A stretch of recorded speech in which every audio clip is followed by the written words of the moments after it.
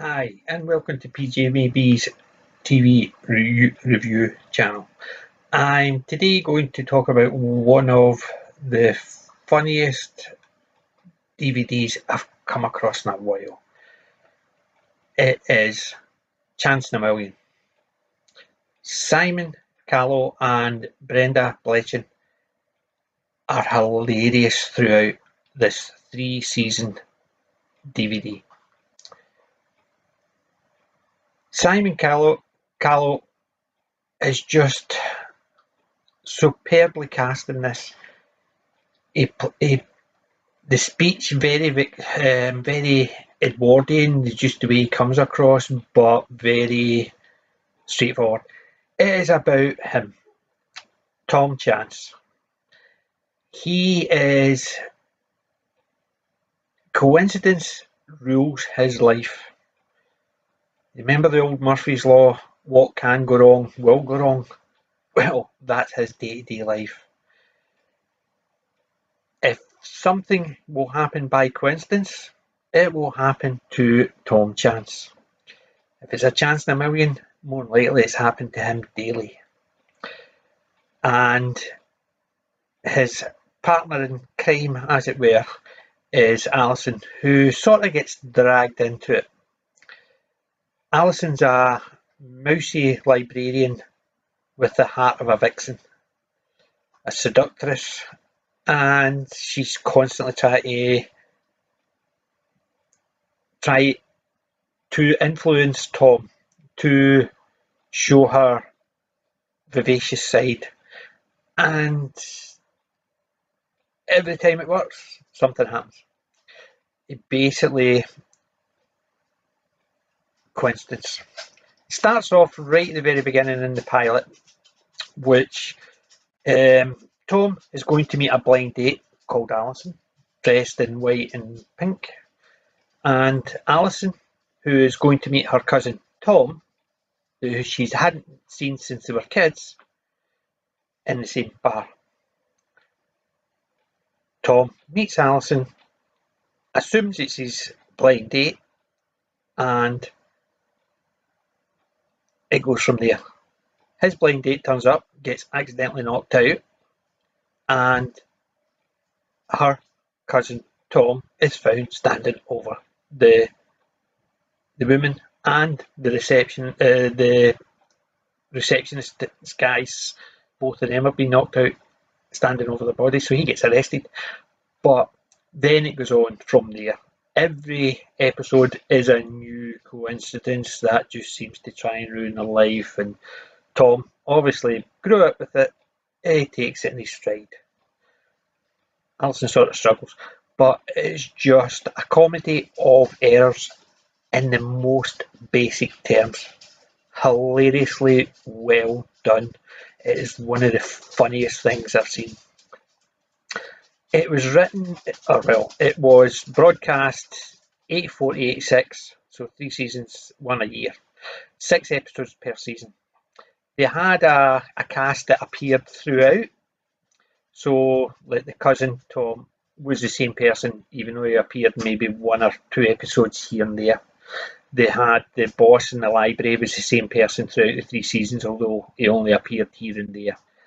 You had the police officer, the great Bill Pertwee, who appeared probably about 6 episodes, but it was throughout. He appeared in the very first episode, a couple of episodes in season 2, and he was also in the final episode in season 3. You have got a few others who appear like that. The mother and father throughout. Alison's mother and father. The father is a crocheter, and the mother is a emotional wreck due to the fact Tom is in her life. The things that happen to the poor mother are unfortunately funny. The series was written by the creators of British Empire, who created it about 5 years after this one finished. So you're talking about Andrew Norriss and Richard Fegen. They've got comedy talent. You can see it in British, but in this you can just see their minds going to work. Brutus was very similar, for the simple fact is the way the situations they put Brutus in, the man with no idea what he's doing wrong. And this one is the idea of the man who knows what's happening to him and just accepts it because these things happen. Doesn't work. Why does he need to? Because he's got 10 premium bonds and they keep giving him enough money to survive. He keeps winning prizes. He keeps winning everything. Walks into a shop and he's suddenly the millionth customer. He is lucky to the extreme. He's also unlucky to the extreme, and he can never tell what's going to happen.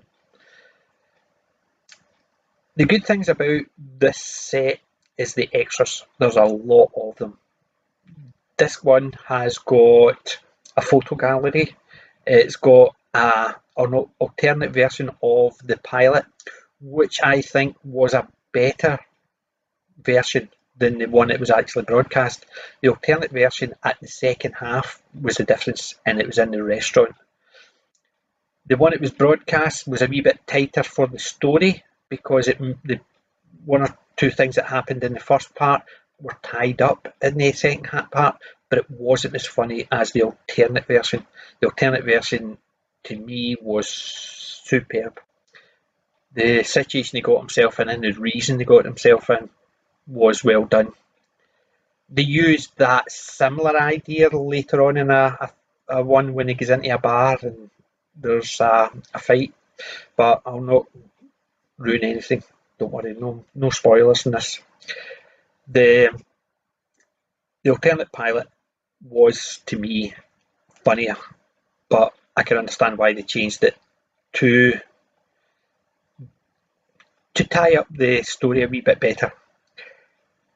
The season 2, the disc had a photo galleries as well, but it also had audio commentaries in a couple of episodes, which were really funny. Well, suppose funny is not the right word. It's quite interesting about the humour involved. It also helped understand what they were thinking when it was getting done and things like that. Season 3 disc has got the same idea. Photos and audio commentary, and it's got scripts for one of the episodes. All in all, the extras were quite good. The fact is, you could sit and watch it and say, oh, I recognise that person.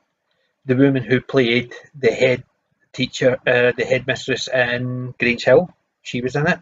She played a villain. Stephen Fry was in it.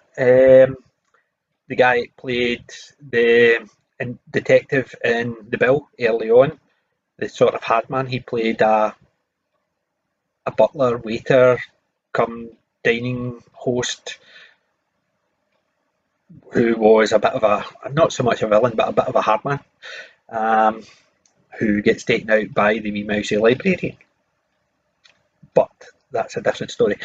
The whole aspect of this was just very well crafted.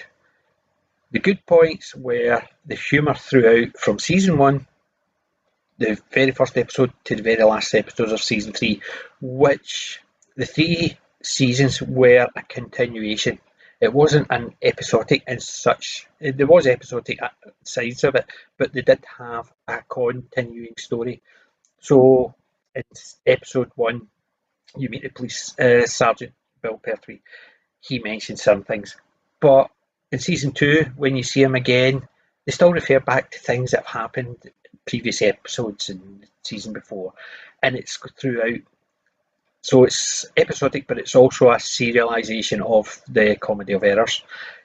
So it's well done, and they had an arc, and the arc finished. I think at the end, it had a nice closure.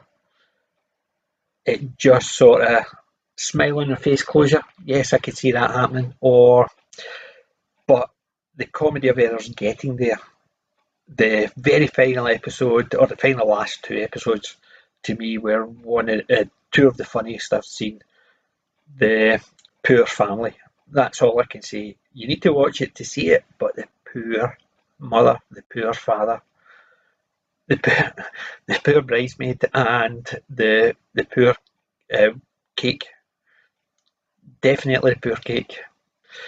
I would recommend this, highly recommend it.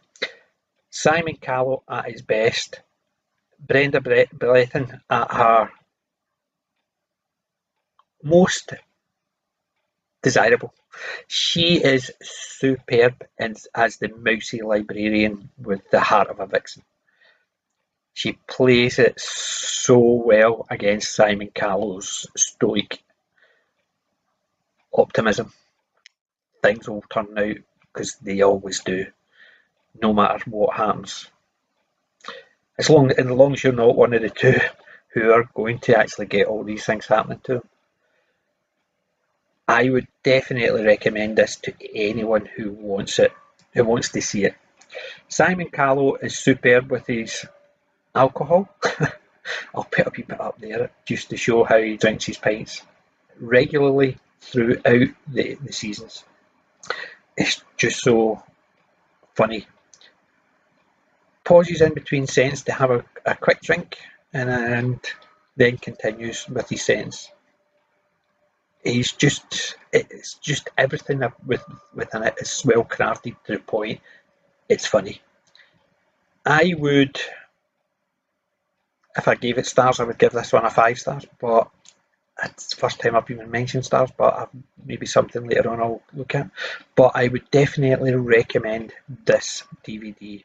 Chance in a Million is a DVD in a million. Thumbs up. And if you think this review is good, please give it a like and a share. Subscribe if you want to see more. And thank you for viewing PG Maybe's YouTube channel.